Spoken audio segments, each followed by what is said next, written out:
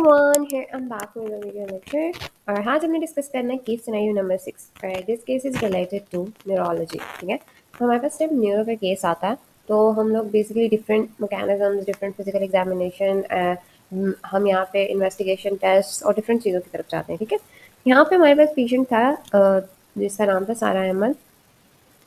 सारा अहमद ना एक सडन एक्सपीरियंस कर रही थी, वन साइडेड मतलब लेफ्ट साइड की उनकी सडन फेशियल वीकनेस थी। ठीक है, उनको सडनली ऐसा हुआ, उनकी ना आइज क्लोज हो रही थी, उनको स्माइलिंग करने में इशू था, खाने में इशू आ रहा था। ठीक है, मेजरली, और ये सिम्टम्स एकदम से आए थे, ओवरनाइट आए थे। ठीक है, जिसकी वजह से उनको इन चीज़ों का बहुत कंसर्न था कि लाइक इसकी बैक साइड पे क्या इशू है जिसकी वजह से मेरी कंडीशन ऐसी हो गई है। ठीक है, सो यहाँ पे अब मेजर कंसर्न अराइज हो रहा था कि उनकी सडन फेशियल वीकनेस का लॉस होना बेसिकली क्या था। ठीक है, हम डिफरेंट पैथोलॉजीज को देखते हैं, डिफरेंट चीज़ों को देखते हैं, फिर हम जाके एट द एंड देखेंगे कि इसका मेजर डायग्नोसिस की बैक साइड पे क्या आ रहा था।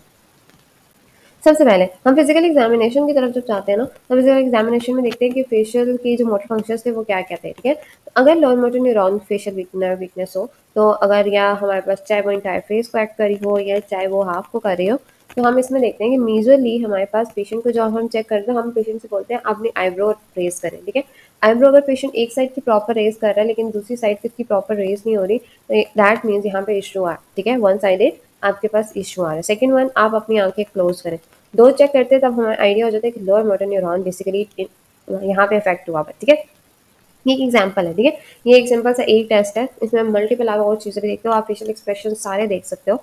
आपको जिस तरीके से आपको लगता है कि लोअर मोटर न्यूरॉन लीजन है, ठीक है, या अपर मोटर न्यूरॉन है, लेकिन यहाँ पे majorly cause lower motor neuron lesion है। ठीक है, अब क्या हुआ कि सेंसरी एग्जामिनेशन जब हमने किया, सेंसरी लॉस था एक्सेप्ट टेस्ट सेंसेशन, टेस्ट थे। ठीक है, टेस्ट बर्ड्स जो थे वो मतलब टेस्ट दे रहे थे। अगर टेस्ट बर्ड्स मतलब हो चुके थे, इशू होता, तो इसका मतलब कोडा टेम्पना इन्वॉल्व है, लेकिन यहाँ पे वो भी नहीं था। इसका मतलब सेंसरी लॉस था लेकिन टेस्ट था, टेस्ट प्रेजेंट था, पेशेंट फील कर रहा था कि उसको टेस्ट आ रहा है, लेकिन फेस की जो सेंसेशन थी वो लॉस हो गई थी। फिर ईयर और ओरल एग्जामिनेशन किया, चेक किया हमने वेसिकल्स को, लीजन्स को।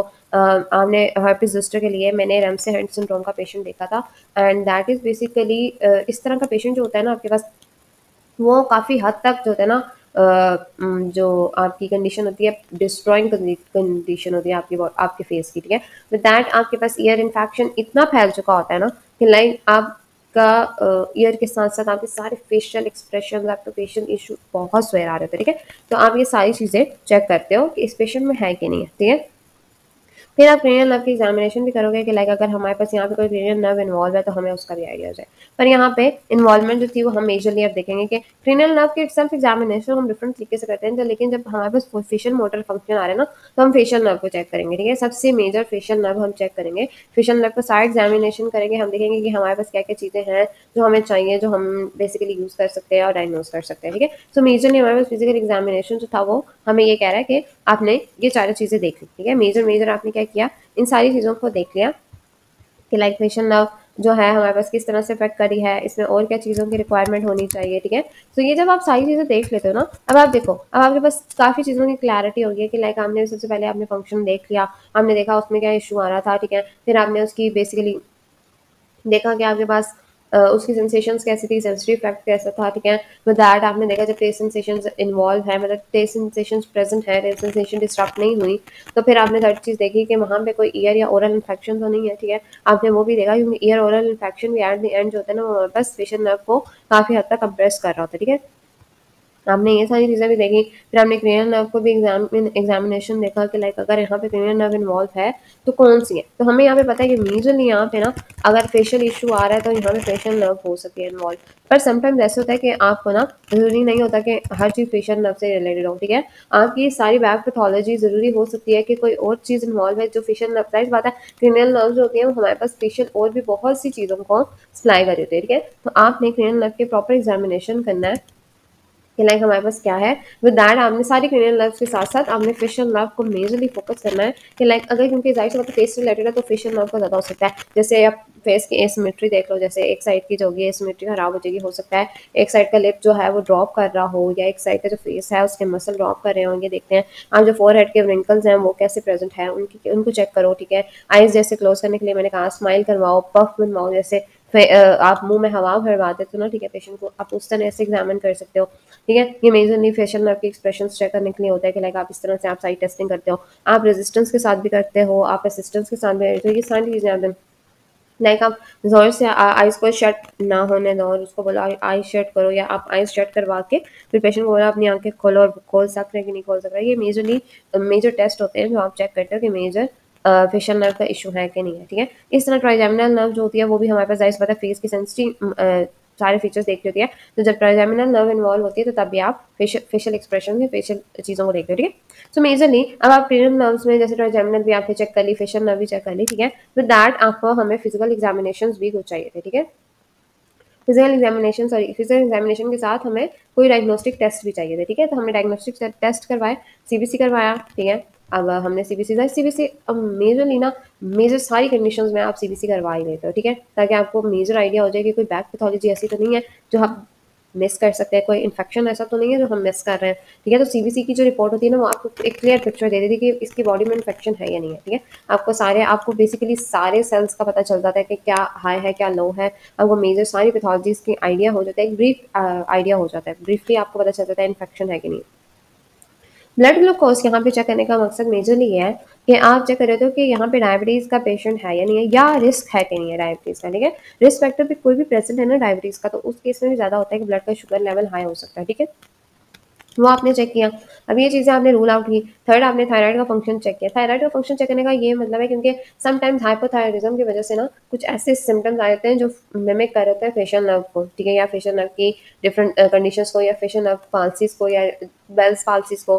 तो इस तरह से ये जो कंडीशन होती है ना आपने देखना होता है, ठीक है। ये आपने देखा कि थायराइड फंक्शन या हाइपोथायराइडिज्म की वजह से तो नहीं है ये जो कंडीशन हो रही है, लेकिन मेजरली अगर आपको यहाँ पे लगता है कि हाइपोथायराइडिज्म भी नहीं है, ठीक है, क्लियर आया टेस्ट, फिर आप डिफरेंट और टेस्ट भी कराते हैं, लाइम सीरोलॉजी की तरफ भी जाते हैं। लाइम डिजीज क्योंकि सस्पेक्टेड हो सकता है उन एरियाज में जहाँ पे बेसिकली एंडेमिक होते हैं, ठीक है, मतलब जहाँ पे एक्चुअली लाइम डिजीज बहुत तेजी से फैलता है उन केसेस में, या एपेंडेमिक की तरह या एंडेमिक की तरह जहाँ पे हमारे पास फैलता है उन केसेस में हो सकता है, ठीक है। सो मेजरली हमारे पास जो ब्लड टेस्ट थे ना वो हम ये ले रहे थे, तो आप इनसे बेसिकली डिफरेंट आइडेंटिफिकेशन निकाल सकते हो कि लाइक हाँ क्या क्या चाहिए हमें, किस किस तरह से चाहिए, ठीक है। विद दैट आप अगर इमेजिंग स्टडीज को देखते हो तो एमआरआई विद कंट्रास्ट, ठीक है। अब आप एमआरआई क्यों करवाना है, ठीक है, मेजरली कि कोई ट्यूमर तो नहीं है जो कोई नर्व को प्रेस कर रहा है, ठीक है, सबसे बड़ी चीज़, ठीक है, ट्यूमर, क्योंकि ट्यूमर जो होता है ना वो आपकी किसी भी क्रेनियल नर्व को या किसी भी नर्व को आपकी कंप्रेस कर रहा है, तो आपके पास सिम्टम्स आ सकते हैं, ठीक है। सो मेजरली यहाँ पे अगर ट्यूमर किसी ऐसी लोकेशन है जहाँ पे क्रेनियल नर्व कोई टारगेट हो रही है और जिसकी वजह से ये सिम्टम्स आ रहे हैं, जरूरी नहीं है कि यहाँ पे कोई ऐसी पैथोलॉजी आपको बैक साइड पे चाहिए।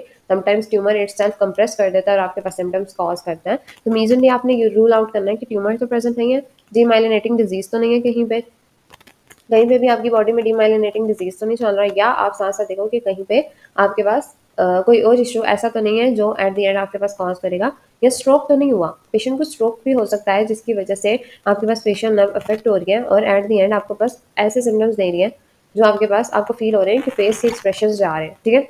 ये आपने रूल आउट कर दिया। विद दैट आपको एमआरआई कंट्रास्ट के साथ जब करते हो तो इन्फ्लेमेशन और इन्हांसमेंट काफ़ी ज़्यादा क्लियरली आइडेंटिफाई कर सकते हो कि यहाँ पे आप क्या इशू हो सकता है, या फेशियल नर्व का पाथ पे देखो तो उसके इंडियन इन्फ्लेमेशन या इन्हांसमेंट नजर आएगी तो आपको आइडिया होने लग जाएगा, ठीक है।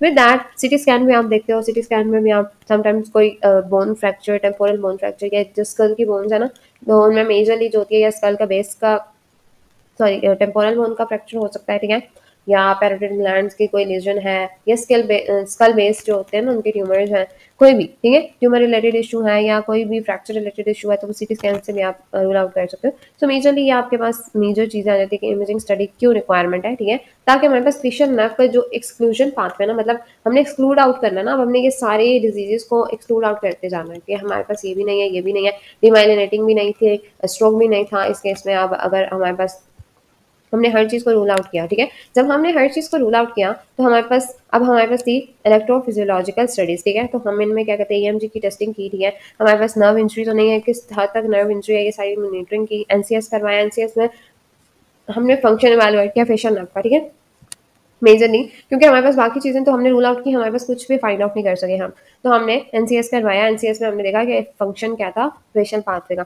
सम केसेस में आप लंबा पंचर करवा सकते हो अगर आपको लगता है कि कोई बैक सिंड्रोम हो सकता है या मेनिंजाइटिस का इशू बहुत ज़्यादा कॉमन होता है कि मेनिंजाइटिस तो नहीं है, कोई इन्फ्लेमेटरी कॉज तो नहीं है, तो आप लंबा पंचर करवा सकते हो कि लाइक अगर यहाँ पे कोई इशू है या GBS गुलेन बैर सिंड्रोम का पेशेंट हो ना, तो उन केसेस में भी काफ़ी हद तक आपके फेशियल जो होते हैं ना, फेशियल नर्व डैमेज होती है, ठीक है। सो आप ये सारे केसेस जब आपने सब कुछ सस्पेक्शन हर चीज़ डिफरेंशियल डायग्नोसिस निकाल लिया, ठीक है, तब आपके पास आ जाता है हमारे पास डायग्नोसिस, ठीक है। हमारे पास क्या आ गया अब? डायग्नोसिस। अब हमारे पास डायग्नोसिस था Bell's palsy. Yes, Bell's palsy थी क्योंकि हमारे पास किसी भी तरह की कोई बैक पैथोलॉजी हमें पता नहीं चल रही थी। एक टेम्पररी वीकनेस थी in the muscles of one side of the face, ठीक है, हमारे पास फील हुई पेशेंट को बेल्स पाल्सी थी। ये कंडीशन क्या करती है? फेशियल ग्रुपिंग, ठीक है, with that difficulty in closing eyes, eyes को क्लोज करने में डिफिकल्टी होती है पेशेंट को, ठीक है। विद दैट आपके पास कॉजेज सिम्टम्स ट्रीटमेंट जो होता है ना, वो in on the basis of कि किस तरह की पेशेंट की कंडीशन है। तो ये जो सारा अहमद का केस था ना, ठीक है, ये था बेल्स पाल्सी का, ठीक है। सारा अहमद का केस जो था, जो हमारे पास पेशेंट थी, वो बेल्स पाल्सी की पेशेंट थी क्योंकि उनकी सडन वीकनेस थी, आई क्लोजिंग का इशू था। लेकिन हमने जब सारी इन्वेस्टिगेशन देखो, मैं कभी भी आपको ये नहीं कहूंगी कि आपने डायरेक्टली डायग्नोज करना है अगर आपके पास पेशेंट आ जाता है फेशियल इशू के साथ। समटाइम्स अब मैंने आपको इसीलिए आपको इतनी चीज़ें बताई हैं क्योंकि शायद आपको एज अ फिजिकल थेरेपिस्ट ये लग रहा होगा कि यार हाँ, ये बेल्स पाल्सी है या फेशियल पाल्सी है। लेकिन मैंने आपको इसलिए क्लैरिटी दी है कि लाइक आपको डायग्नोस्टिक टेस्ट से पहले या फिजिकल एग्जामिनेशन से पहले कोई डायग्नोस नहीं करना, आपको पहले चीज़ों को देखना है। आफ्टर दैट आप जाके देखो कि हाँ, अगर आपको लगता है या फेशियल नर्व इन्वॉल्व है, ओके दैट्स फाइन, पर स्टिल MRI CT स्कैन आपने करवाना है कि कोई बैक पैथोलॉजी तो नहीं थी, कहीं पे ट्यूमर होगा तो आप चीज़ों को वर्स करोगे, ठीक पेशेंट नहीं होगा, उल्टा उस ट्यूमर का टाइम ड्यूरेशन डिले होगा, वो डायग्नोसिस टाइम पे नहीं मिलेगा उसको, हो सकता है पेशेंट की कंडीशन और रिस्क पे चली जाए, ठीक है। सो आपने मेजरली सारी चीज़ों को रूल आउट करवाना है। आपके पास पेशेंट आ गया है, इसका मतलब आप इस चीज़ को देख सकते हो, आपके पास ये नॉलेज है कि अगर पेशेंट को ऐसा कोई इशू आएगा तो वो आप डील कर सकते हो, ठीक है। सो मेजरली आपने क्या करना है कि आपने पेशेंट की पहले सारे डायग्नोस्टिक टेस्ट, ठीक है, फिजिकल एग्जामिनेशन, आफ्टर दैट आपने प्रॉपरली एक डायग्नोसिस देना है पेशेंट को कि आप बेल्स पाल्सी का केस है, ठीक है। आपने अब क्या करना है कि आपने अब ट्रीटमेंट लेना है प्रॉपरली बेल्स पाल्सी का, ठीक है। तो आपके पास अब डायग्नोसिस क्या था? बेल्स पाल्सी का। ट्रीटमेंट ऑप्शंस, ठीक है, दो तरह की, जैसे हम मेडिकल और फिजिकल थेरेपी दोनों डिस्कस कर रहे हैं। अब जो मेडिकल ट्रीटमेंट है वो ओरल ग्लूकोकॉर्टिकोस्टेरॉइड, जैसे हमें पता है प्रेडनिसोलोन की है, ठीक है। मीजली आप ग्लूकोकॉर्टिकोस्टेरॉइड्स दे देते हो ना, तो आप क्या करते हो कि 72 आवर्स ऑफ ऑनसेट में अगर आप दे देते हो तो काफ़ी हद तक जो है ना सिम्टम्स जो होते हैं रिलीव हो जाते हैं, ठीक है। आप ये कह सकते हो कि जो सिम्टोमेटिक इश्यूज आ रहे थे ना, लाइक उनकी ड्रूपिंग वगैरह आ रही थी, या आप कहते हो काफ़ी हद तक हो जाते हैं। बाकी जो होता है वो आप फेशियल एक्सरसाइजेस के थ्रू, री एजुकेशन के थ्रू, आप इलेक्ट्रिकल स्टिमुलेशन के थ्रू आप वापस रिवाइव करवा सकते हो क्योंकि ये टेम्प्रेरी फेशियल वीकनेस हमारे पास यहाँ था कि 72 आवर्स के अंदर अंदर आप दे देते हो। तो ग्लूकोकॉर्टिकोस्टेरॉइड्स क्या है, ठीक है, आपके अपने हार्मोन होते हैं ना, स्टेरॉइड हार्मोन है जो आपकी बॉडी में प्रोड्यूस होता है आप इसमें मेडिसिन के तौर पे भी। मेजरली इन्फ्लेमेशन, इम्यून रिस्पॉन्सेज और स्ट्रेस को कंट्रोल कर रहा है, ठीक है। तो आप जब ये सारी चीज़ें देते हो तो आपकी काफ़ी हद तक जो होती है ना, आप नेचुरली जो होती है चीज़ों को वर्कआउट करवा रहे हो, ठीक है। आप ये क्या करते हो, ये हमारे पास बॉडी में जब प्रोड्यूस हो रहा है तो एड्रिनल ग्लैंड्स और डिफरेंट आप ये कह सकते हो कॉर्टिसोल्स जो होते हैं ना, वहाँ से हो रहा होता है, जो हमारे पास मैनेज कर रहा होता है स्ट्रेस को, ठीक है। तो आप ब्लड का शुगर रिड्यूस कर सकते हो, इन्फ्लेमेशन रेगुलेट कर सकते हो, ब्लड का शुगर लेवल कंट्रोल कर सकते हो, अपना इम्यून सिस्टम। तो ये सारी चीज़ें होती हैं कि कॉर्टिकोस्टेरॉइड्स हैं अच्छी, पर ये ओवर एक्टिव कर देती है, ठीक है। सो मेजरली इसको बहुत रेयर केसेस में दिया जाता है, लाइक एजमा, एलर्जीज वगैरह में दिया जाता है, या डिजीजेज जैसे स्किन के हो गए या लूपस के हो गए। मेजरली बहुत ज़्यादा नहीं होता क्योंकि ये सिर्फ सप्रेस कर रहा होता है मेजर आपके सिम्टम्स को, लेकिन बहुत ज़्यादा आप इनको नहीं लेते, ठीक है। लाइक ओवर एक्टिव करता है इम्यून सिस्टम को, सॉरी काम डाउन करता है इम्यून सिस्टम को जो बहुत ज़्यादा ओवर एक्टिव हो जाता है, ठीक है। अब हमारे पास जब हमने कॉर्टिकोस्टेरॉइड्स दे दी तो लाइक हमारे पास सिम्टम्स काफ़ी हद तक जो होते हैं वो होंगे। फिर आपके पास आर्टिफिशियल टेयरिंग आप कॉज करते हो, टैपिंग टेप कर देते हो आप। बेसिकली जो आइज होती है ना, वो अगर शट नहीं हो रही तो नाइट में आप पेशेंट को गाइड करते हो कि आप इसको टेप लगा के शट डाउन करोगे ताकि आप काफ़ी हद तक चीज़ों से एक्सपोज ना हो, क्योंकि आइज ओपन से कोई रात को सो नहीं सकता, विद दैट एक्सपोजर हो जाता है केरेटाइटिस का, ठीक है। तो आप बेसिकली मेजर चीज़ों को आप अवॉइड करने के लिए आप पेशेंट को आर्टिफिशियल टेयरिंग के साथ भी हेल्प आउट करते हो। विद दैट आप बेसिकली आप क्या करते हो, टेप की गाइडेंस देते हो कि आइज शट करने के लिए आप ट्राई। विद दैट ऑप्थेमोलॉजिस्ट के पास पेशेंट जाता है, आप रेफर करते हो, ठीक है। और वहाँ से आप इनकम्प्लीट आई क्लोजर का किस तरह से आपने प्रोसीजर करना है वो आप और गाइडेंस ले सकते हो, ठीक है। फिजिकल थेरेपी की मेजर ट्रीटमेंट क्या होती है कि आप फेशियल मसाज देते हो, ठीक है, ताकि आप में सर्कुलेशन इंप्रूव हो सके ये। लेकिन ये बहुत माइनर केस है, ठीक है। फेशियल मसाज होता है ना, सिर्फ हर चीज़ क्लियर नहीं आउट नहीं करता। आप स्लाइट उसको मसाज जरूर दोगे, वो उसकी मसल की और ब्लड की सर्कुलेशन अच्छी करेगी, स्टिफनेस कम कर देगी। पर फेशियल एक्सरसाइजेस बहुत इंपॉर्टेंट है। बेल्स पाल्सी, फेशियल पाल्सी के लिए फेशियल एक्सरसाइजेस बहुत इंपॉर्टेंट है। एवरीथिंग, ठीक है। आपके सारे एक्सप्रेशंस आप पेशेंट को परफॉर्म करने के लिए कहते हो, विद दैट आप पेशेंट को और भी गाइडेंस करते हो। लाइक हम जो स्ट्रोक हम कहते हैं कि मेजरली हम जब आसमा, अगर आपको सिंपल सी मैं एग्जांपल देती हूँ कि क्या एक्सरसाइज हो सकते हैं कि लाइक आप स्ट्रॉ लेते हो, ठीक है, आपका जो सिंपल जूस स्ट्रॉ होते हैं, ठीक है, वो आप लेते हो और पेशेंट को गाइड करते हो कि आपने इसको बेसिकली आपने ब्लो करना है इसमें, ठीक है। एक तो आपने ब्लो करना है सांस को अपनी तरफ के उसमें, एक आपने ब्लो करना है सांस को अब दूसरी तरफ। विद दैट आप ये भी गाइड कर सकते हो कि ग्लास में पानी लेके उसमें स्ट्रॉ डाल के ना फिर उसमें आप बेसिकली रेजिस्टेंस आ जाती है थोड़ी सी, ठीक है। Water itself as a resistant act करता है और फिर आप उसमें जो है ना जोर से ब्लो करो, लाइक फूक मारो, जोर से मारता है जब पेशेंट, तो उसकी काफ़ी हद तक एक्सरसाइज होती है, ठीक है। विद दैट आप उसको बोलोगे कि स्ट्रॉ से मेजरली आप ये कहते हैं कि सांस अंदर खींचने वाली, लाइक आप जोर से उससे लो फिर वापस छोड़ो, इस तरह की एक्सरसाइज आप गाइड करते हो। ये सिंपल से आपको एक्सरसाइज बता रही हूँ, ठीक है। इस तरह पेशेंट की कंडीशन डिपेंड करती है, लाइक अगर आपके पास किस तरह है, ठीक है। अभी एक्सप्रेशन की बात है, लाइक आप न्यूट्रल में पेशेंट को कहते हो कि आइज ओपन रख के न्यूट्रल एक नॉर्मल एक्सप्रेशन, आइज क्लोज के साथ, फिर आइज शट डाउन, जोर से दबानी है आपने आइज को, ठीक है, आपने प्रेस करना है, आपके सारे एरियाज जो है ना वो टाइट मसल्स होने चाहिए। फिर जैसे सरप्राइज की सिचुएशन होती है ऐसे आईब्रोज को एक थंब से ऊपर की तरफ उठाना है, ठीक है। फिर आप बेसिकली पकड़ लिप्स आप फॉरवर्ड जैसे आप मूवमेंट करते हो डिफरेंट तरह से, बैलून वाली मूवमेंट हो गई आप, और भी बहुत सी मूवमेंट्स होती हैं जैसे वाइट लिप्स हो गए, स्माइल स्माइल वाइट स्माइल के थ्रू करते हो, ग्राइंडिंग की मूवमेंट होती है ना ऐसे चबाने वाली, या आप इस तरह से कह सकते हो, इस तरह की मूवमेंट जिसमें आपके लिप्स बहुत ज़्यादा हो जाते हैं।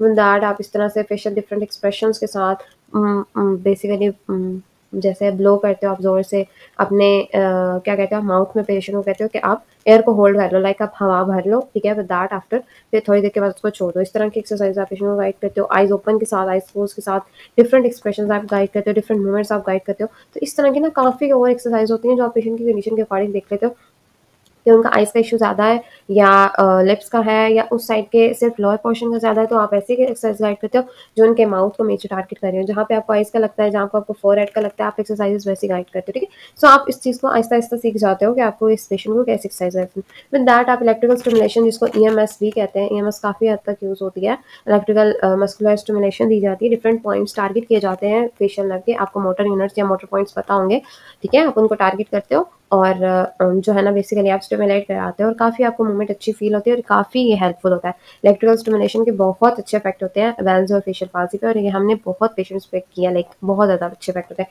मसल की ट्रॉफी को एक तो आप प्रिवेंट करते हो, लाइक जाहिर सी बात है पेशेंट मूव नहीं कर रहा है, ई ट्रॉफी होने लग जाएगी, मसल्स मूव ही नहीं करेंगे तो वहाँ पे मसल इटसेल्फ डेड होने लग जाएगा, उसके सारे फाइबर्स आहिस्ता आहिस्ता डेड होंगे, सर्कुलेशन अच्छी नहीं होगी, तो हर चीज़ तो ये सारे इशूज़ आते हैं। तो एजुकेट करते हैं आप पेशेंट को बेसिकली कि किस तरह प्रिवेंट करना है रिकवरी को अच्छे तरीके से, रिकवरी को, और सिन काइनेसिस के प्रोसेस को, ठीक है। मेजरली आप इन चीज़ों को सिन काइनेसिस के प्रोसेस को अवॉइड करने के लिए, सिन का मतलब है लाइक आप उसको रोक देते हो, ठीक है। तो आप मेजरली, लेकिन हाँ सिन काइनेसिस बेसिकली अगर किसी को नहीं आ गया तो ऐसा प्रोसेस होता है ना जिसमें न्यूरोलॉजिकल आप कह सकते हो कि कोई कंडीशन होती है, जैसे आपको सिंपल से एक मैं एग्जाम्पल देती हूँ कि सिन काइनेसिस का प्रोसेस जो है वो कंपलसेटरी, जो आपके पास मूवमेंट आ रही है। फॉर एग्जाम्पल मैं स्माइल करती हूँ ना, एक नॉर्मल बंदा जब स्माइल करता है तो उसकी आइज़ के कोई मसल्स बहुत ज़्यादा मूव नहीं कर रहे थे, हाँ स्लाइट सी मूवमेंट नॉर्मल होती है, पर उसकी आइज़ को क्लोज नहीं होना चाहिए, उसकी आइज़ शट नहीं होनी चाहिए, उसके आइज़ के मसल जो है ना वो अपनी तरफ जो है वो खींचने नहीं चाहिए, ठीक है। लाइक एक कोई वॉलंटरी मसल की मूवमेंट, जैसे मैं स्माइल कर रही हूँ, वॉलंटरी है ना, मैं खुद कर रही हूँ, ये कोई और मसल कोई इनवॉलंटरी मसल की कॉन्ट्रैक्शन करा दे तो ऐसी कंडीशन को सिनकाइनेसिस कहते हैं, ठीक है। अगर किसी को आइडिया नहीं है, मतलब मैं आपको स्माइलिंग कर रही हूँ और मेरे साथ आई मसल्स की कॉन्ट्रैक्शन हो रही है, जैसे स्क्विड सी आइज बन जाती हैं, स्माइल करते हुए आंखें बंद हो रही हैं आधी आधी, तो ऐसी जो कंडीशन होती है ना बेसिकली ऐसे प्रोसेस को सिनकाइनेसिस के प्रोसेस कहता है। लेकिन एक मसल की मूवमेंट की वजह से कोई और इनवॉलंटरी मसल जिसको नहीं कॉन्ट्रैक्ट होना चाहिए वो कॉन्ट्रैक्ट हो रहा है, ठीक है। सो मेजरली आपके पास सिंपल सी ये चीज़ थी, तो आपके पास सारी चीज़ें जो थी वो मिला जुला के थी। ये पेशेंट जो थी सारा अहमद, उसको थी बेल्स पाल्सी, और बेल्स पाल्सी का मेजर जो ट्रीटमेंट था वो फिजिकल थेरेपी के थ्रू हो रहा था, ठीक है। आप मेडिकल मैनेजमेंट करते हो लेकिन इसकी जो लॉन्ग टर्म मैनेजमेंट होती है वो फिजिकल थेरेपी से हो जाती है, और बहुत ज़्यादा लाइक आप बहुत तरीक़ों से इसकी मैनेजमेंट कर सकते हो। जैसे मैंने आपको डिफरेंट एक्सरसाइज बता दी, इसके अलावा भी आप पेशेंट की जब कंडीशन देखते हो ना, आपको आइडिया हो जाता है कि किस हद तक करनी चाहिए, क्या-क्या चीज़ें इसमें और ऐड हो सकती हैं, पेशेंट की किस तरह की मूवमेंट होनी चाहिए। आप पेशेंट को डिफरेंट एक्सरसाइज गाइड करते हो, ठीक है। आप उसको डेली एक्टिविटीज़ में किस-किस तरह की एक्टिविटीज़ में चेंजेस ला सकते हो, आपने पानी कैसे पीना है, आपने खाना कैसे खाना है, ये आप एजुकेट कर सकते हो। तो डिफरेंट तरह से आप प्रोसेस में ना पेशेंट को इंडल्ज करके तो उसकी रिकवरी को और इंड्यूस करा सकते हो। विद दैट आपको फेशियल मसाज, जैसे मैंने बताया कि स्लाइड से आप उसको गाइड करते हो कि लाइक आपने अपने मसल्स को रिलैक्स करने के लिए मसाज भी करना है। इसके मसाज के डिफरेंट पैटर्न्स भी होते हैं, पर हमारे यहाँ पे काफ़ी हद तक ये कम यूज़ होता है क्योंकि यहाँ से एक्सरसाइजेस बहुत ज़्यादा इफेक्टिव होती हैं। तो मसाज की जो टेक्निक्स होती है ना, वो लोगों को पसंद नहीं होती। लाइक कुछ लोग शायद गलत भी समझते हैं क्योंकि क्या मसाज बता रहे हैं, तो कुछ लोग परफॉर्म ही नहीं करते, ठीक है। सो मेजरली आप मेजर चीज़ें उनको गाइड करते हो कि जिसके थ्रू वो जल्दी अर्ली रिकवरी लें और जल्दी उनके सारे मोशन या मूवमेंट्स वापस आ सकें। Thanks for watching. अब कोई चीज़ समझ नहीं आए तो कमेंट सेक्शन में पूछ सकते हो। और ये था आज का केस स्टडी नंबर 6 जो था हमारे पास बेल्स पाल्सी का।